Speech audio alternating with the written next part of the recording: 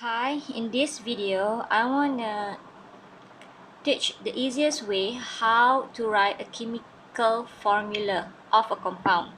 But before we write a chemical formula of a compound, we need to know the ionic, the anion, and also a cation. So remember, anion is the negative, cation is the positive. So how can we identify the anion and cation?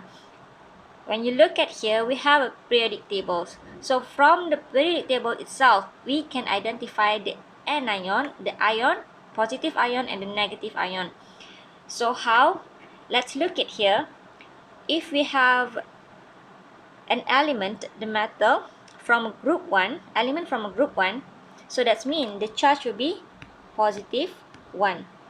Group 2, positive 2. Why? Because for group 1, they will release or donate 1 electron to produce positive ion. So that's why it can produce positive ion. It will release or remove one ion in order for them to produce a cation. Next, group 2, it will release 2 electron in order to produce positive ion.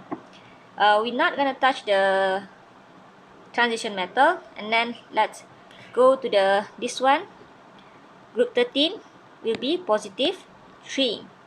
And then group 15, here there will be negative, because this is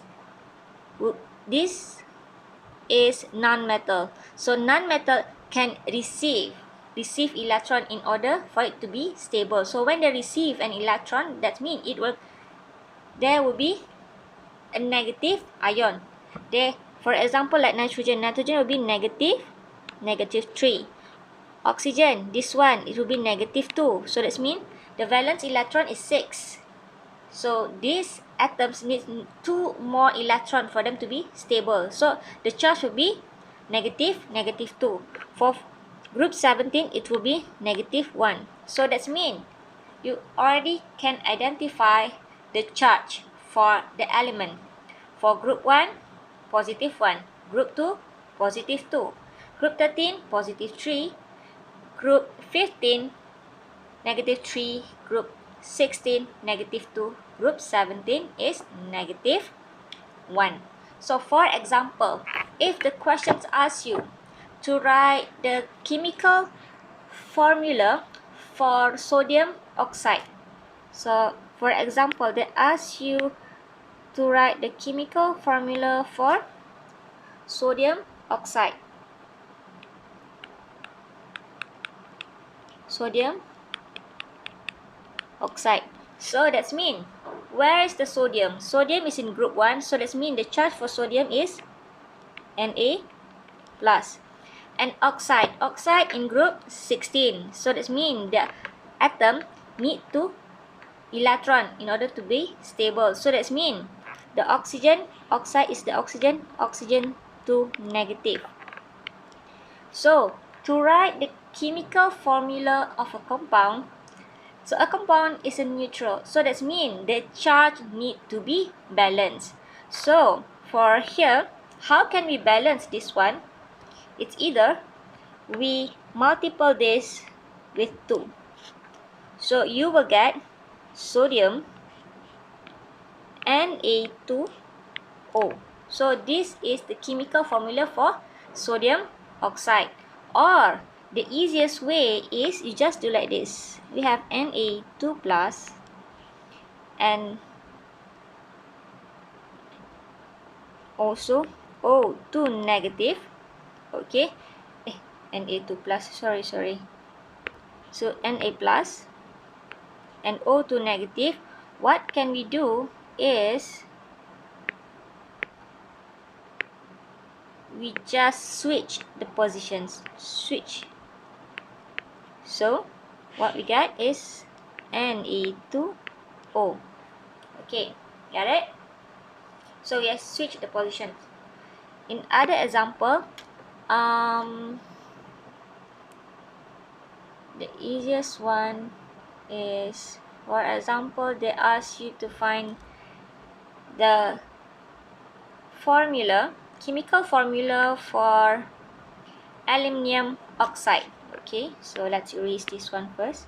Wait, sorry. Okay, so aluminium oxide.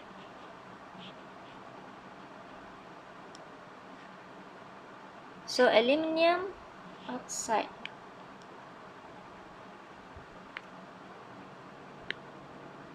Okay.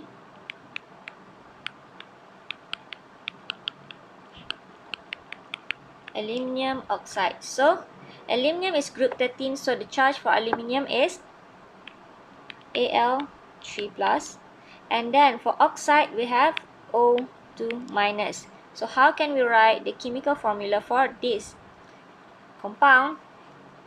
We just can switch the charge. Go here, this go here, and the answer will be Al2O3. So that is for aluminium oxide. That is for the simple compound, which involve metals and non-metals. So after this, I will explain how can we write chemical formula that involve polyatomic ion. So what is polyatomic ion? Polyatomic ion is the ion that involve more than one atom.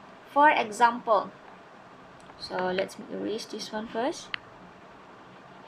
Example of polyatomic ion. But before that, somehow we also see metals. How can we remember the ion for transition metals? For example, for ferrum. Ferrum is iron, sorry, pardon. So example is iron. Usually iron, there's iron 2, iron 2, iron 3. So how can we differentiate between iron 2 and iron 3?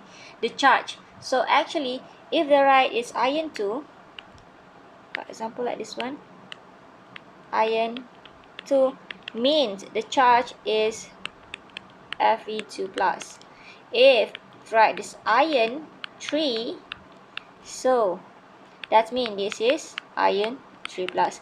So the Roman number represent the charge of the transition metal ion. Okay, so that's for the metal ion. That one you just can identify based on the Roman number. But for the polyatomic ion, okay, which one is the polyatomic ion? For example, the polyatomic ion that you usually found is like ammonium ion. Let me erase this one first. Okay, this one is the polyatomic ion. And this one I suggest you to remember, because polyatomic ion have a specific number of ion. For example, the polyatomic ion for a cation, the common one is ammonium ion, which is NH4. The charge is 1 plus. Okay, that is the polyatomic ion. The combinations of two elements, which is non-metal and also a non-metal, nitrogens and hydrogens. So this is cation. We also have several types of anion. Polyatomic anion. The most common one is OH minus. Is hydroxide ion, carbonate ion, CO3 2 minus. We have nitrate ion, NO3 minus. We also have sulfate ion, phosphate ion, manganate, thiosulfate ion, and dichromate. Okay, so but this type of polyatomic ion, you need to remember. How? It depends on you. Okay, but the way you write the chemical formula is still the same. For example, when they ask you to write the chemical formula for what we can write the chemical formula for the chemical formula for magnesium carbonate. Okay, so magnesium carbonate, so we have magnesium. So we know that magnesium is group 2 and the charge for magnesium is 2 plus. So let me erase this one first. We want to write magnesium carbonate. So what we need to do first is we need to write the ion. Remember, must involve two type of ion, cation and also anion. Okay, so the cation here is magnesium.